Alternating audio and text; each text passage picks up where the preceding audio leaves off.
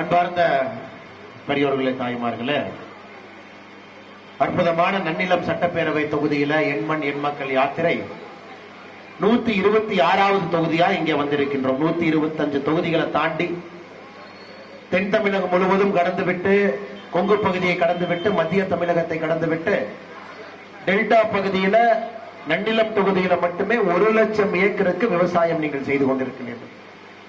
அப்படிப்பட்ட அற்புதமான தொகுதிக்கு, சரித்திர பாரம்பரியமிக்க இந்த தொகுதிக்கு இன்று வந்ததிலே நாங்கள் பெருமை அடைகின்றோம்.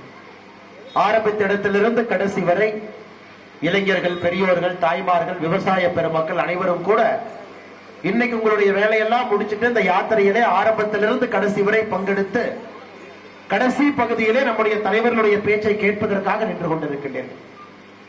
நன்னிலம் ஒரு சாதாரண ஊர் இல்லைங்க. விக்கிரம சோழன், 2ஆம் குலோத்துங்கன், 2ஆம் ராஜராஜ சோழன், இந்த 3 மன்னர்களுடைய அரசவையில அரசவை புலவராக இருந்த ஒட்டக்கூத்தர் அவர்கள் இருந்து இந்த பகுதியிலே கட்டிய, ஆசியாவில் என் உலகத்தில் இருக்கக்கூடிய சரஸ்வதி தேவிக்கு தனிப்பெரும் கோயிலாக இருக்கக்கூடிய கூத்தனூர் சரஸ்வதி கோயில் இருக்கக்கூடிய அந்த மன்னருக்கு வந்திருக்கின்றோம். அது மட்டும் இல்லை சகோதர சகோதரிகளே, சங்ககால தமிழ் இலக்கியத்தை எல்லாம் தொகுத்து ஒன்று சேர்த்து இன்னைக்கு நம்முடைய தாய்மொழி தமிழ் மொழி செம்மொழி என்று உலகம் முழுவதுமே நாம் பெருமையாக சொல்லுகின்றோம் என்றால் அதற்கு மிகப்பெரிய காரணமாக இருந்த தமிழ் தாத்தா உவே சாமிநாதர் ஐயா அவர்களுடைய இடமான நல்லிலத்திற்கு என்று வந்திருக்கிறார். இப்படிப்பட்ட சரித்திர புகழ் மிகுந்த ஒரு தொகுதிக்கு, அது மட்டும் இல்லாமல் திரும்பிய பக்கம் எல்லாம் பசுமையான வயல்வெளி காடு, 1 லட்சம் ஏக்கருக்கு மேல விவசாயம் செய்யக்கூடிய ஒரு தொகுதி. உண்மையாலுமே இந்த தொகுதிக்கு வந்ததிலே நாங்கள் பூரிப்படைகின்றோம் சகோதர சகோதரிகளே. சகோதர சகோதரிகளே, பெரியோர்களே, தாய்மார்களே, இளைஞர்களே, இன்னைக்கு நீங்கள் இருக்கக்கூடிய திருவாரூர் மாவட்டம், திராவிட இயக்கம் கிட்டத்தட்ட எல்லா தேர்தலிலும் கூட வெற்றி பெற்ற ஒரு பகுதி. அது திருவாரூர் சட்டமன்றம் எடுத்துக்கிட்டீங்கன்னா 1967 இருந்து தொடர்ச்சியாக எல்லா முறையும் உங்க பக்க தொகுதி திமுக தான் ஜெயிக்கிறாங்க. ஒரே ஒரு முறை மட்டும் கம்யூனிஸ்ட் ஜெயிச்சாங்க.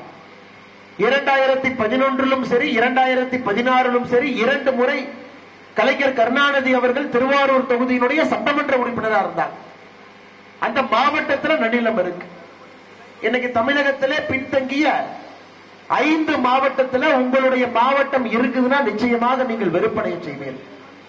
தொடர்ந்து திமுகவுக்கு ஓட்டு போட்டு, அதுவும் திருவாரூர் கலைஞர் கருணாநிதி அவர்கள் பிறந்த ஊராக இருந்தும் 2011-16 2 முறை அவர் எம்எல்ஏவாக இருந்தும் இன்னைக்கு திருவாரூர் மாவட்டத்தை திரும்பி பார்த்தீங்கன்னா தமிழகத்தில் இருக்கக்கூடிய மாவட்டத்தில் கடைசி 5 மாவட்டத்திலே திருவாரூர் இருக்கிறது. இளைஞர்களுக்கு வேலை வாய்ப்பு இல்லைங்கய்யா. இன்னைக்கும் திருவாரூர் மாவட்டத்திலிருந்து நன்னிலத்திலிருந்து இளைஞர்கள் உலகம் முழுவதுமே வேலைக்காக போறாங்க. தமிழகத்தினுடைய கடைசி மாவட்டமாக மனித வளர்ச்சி குறியீட்டில் இருப்பது அரியலூர் மாவட்டம். 0.282 இருக்குதுங்க ஐயா. அரியலூர் கடைசி. அரியலூருக்கு மேல பெரம்பலூர், பெரம்பலூருக்கு மேல தேனி, தேனிக்கு மேலே விழுப்புரம், விழுப்புரத்திற்கு மேலே திருவாரூர். அப்படி பாத்தீங்கன்னா 33 மாவட்டங்கள் திருவாரூர் மாவட்டத்திற்கு வரை மேல இருக்கிறாங்க மனித வளர்ச்சி குறியீடு. 33 மாவட்டத்தினுடைய உற்பத்தி திறன் திருவாரூரை விட அதிகமா இருக்கு. ஏன்? பீகார் மாநிலத்தில் இருக்கக்கூடிய 80% மாவட்டங்கள் திருவாரூரை விட உற்பத்தி திறன்ல அதிகமா இருக்கிறாங்க. பாரு எந்த அளவுக்கு இந்த தொகுதியும் இந்த மாவட்டமும் பின்தங்கி இருக்கிறது என்பதை இத்தனை ஆண்டு காலமாக திராவிட முன்னேற்ற கழகத்திற்கு வாக்களித்து எம்பியும் கூட அவர்களுக்கே நீங்க கொடுத்திருக்கிறீங்க, நம்ம கொடுத்திருக்கோம். திருவாரூர் எந்த அளவுக்கு பின்தங்கி இருக்கிறது என்பதை இந்த ஒரே ஒரு குறியீடு மட்டுமே சொல்லுங்கம்மா. 33 மாவட்டங்கள் தமிழகத்தில் உங்களை விட மேல. பீகார் மாநிலத்தில் 80% மாவட்டங்கள் திருவாரூரை விட மனித வளர்ச்சி குறியீட்டில் முன்னாடி இருக்கிறார். இன்னைக்கு நம் முன்னாடி இருக்கக்கூடிய சவால் என்னன்னா, திருவாரூர் மாவட்டத்திற்கு தொழிலை கொண்டு வர வேண்டும், தொழிற்சாலைகளை கொண்டு வரும், விவசாயம் சார்ந்த தொழிற்சாலைகளை கொண்டு வரும். இளைஞர்கள் ஊரு விட்டு போகாம ஊருக்குள்ளேயே வேலையை ஏற்படுத்தி கொடுக்க வேண்டிய மிகப்பெரிய சவால் நம் முன்னாடி இருக்கு. திராவிட முன்னேற்ற கழகத்தினுடைய அரசு இதை பத்தி யோசிக்கிறது கிடையாதுங்க. தேர்தல் நேரத்தில் உங்களுடைய வாக்கை வாங்குவதற்கு வர்றாங்க. தேர்தல் முடிந்த பிறகு அடுத்த தேர்தலுக்கு 5 ஆண்டுகள் கழித்து எட்டி பார்க்கிறாங்க. எண்மண் எண்மக்கள் யாத்திரையினுடைய நோக்கமே ஒரு ஊருக்கு வரும் பொழுது உங்களுடைய ஊருடைய பெருமையை சொல்ல வேண்டும். அதே போல திராவிட முன்னேற்ற கழகத்தினுடைய ஆட்சியில 70-80 ஆண்டுகள்ல எந்த அளவுக்கு உங்களுடைய ஊர் பின்னோக்கி சென்றிருக்கிறது என்பதையும் உங்கள் முன்னால் எடுத்து வைக்க வேண்டும் என்பது இந்த யாத்திரையினுடைய நோக்கம். அதனால்தான் அன்பார்ந்த வேண்டுகோளை உங்களுக்கு வைக்கிறோங்க. நாகை பாராளுமன்ற தொகுதியில நன்னிலம் இருக்கிறது, மாவட்டம் திருவாரூர்.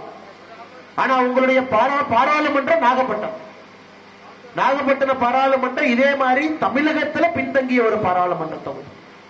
இதை முன்னேற்ற வேண்டும் என்றால் ஒரே ஒரு மனிதரால் மட்டும்தாங்க முடியும். பாரத பிரதமர் நரேந்திர மோடியால் மட்டும்தாங்க முடியும். தனி கவனம் செலுத்தி, உங்களுக்கு தெரியும் மோடி அவர்கள் ஆட்சிக்கு வந்த பிறகு இந்தியாவிலே 112 மாவட்டங்களை தரம் பிரிச்சு எடுத்தார். பின்தங்கிய மாவட்டம் ஆஸ்பிரேஷனல் டிஸ்ட்ரிக்ட் ஒரு பெயர் கொடுத்து 112 மாவட்டங்களுக்கு சிறப்பு கவனம் கொடுக்க ஆரம்பிச்சாங்க. இன்னைக்கு நாம ஒன்றியம் பிளாக் என்ன சொல்றோமோ அதுபோல 1000 பிளாக் இந்தியாவிலே பின்தங்கிய பிளாக்கை எடுத்து இன்னைக்கு மோடி அவர்கள் தனி கவனம் கொடுக்கிறார்.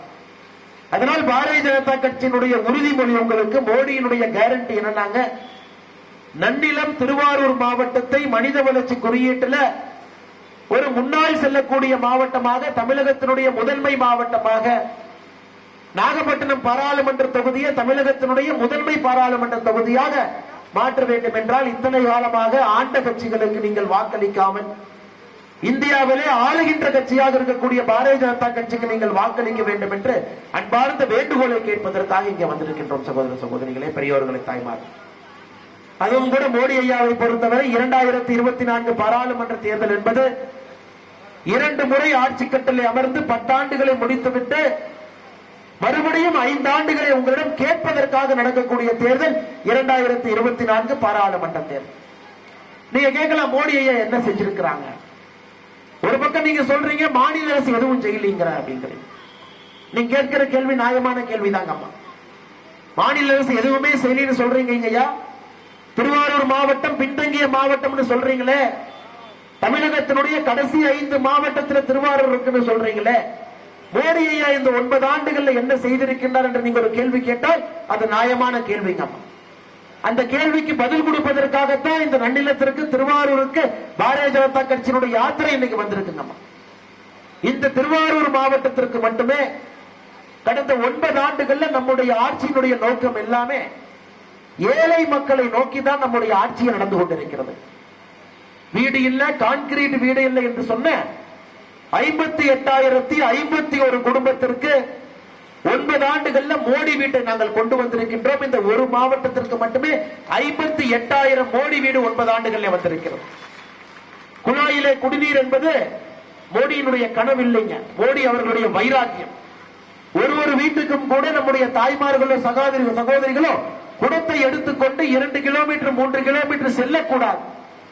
ஒரு குழாயிலே உங்களுக்கு குடிப்பின்ற குடிநீர் வர வேண்டும் என்பதற்காக குழாய் மூலமாக சுத்தமான குடிநீர் என்கின்ற ஜல்ஜீவன் திட்டத்தை மோடி ஐயா ஆரம்பிச்சாங்க.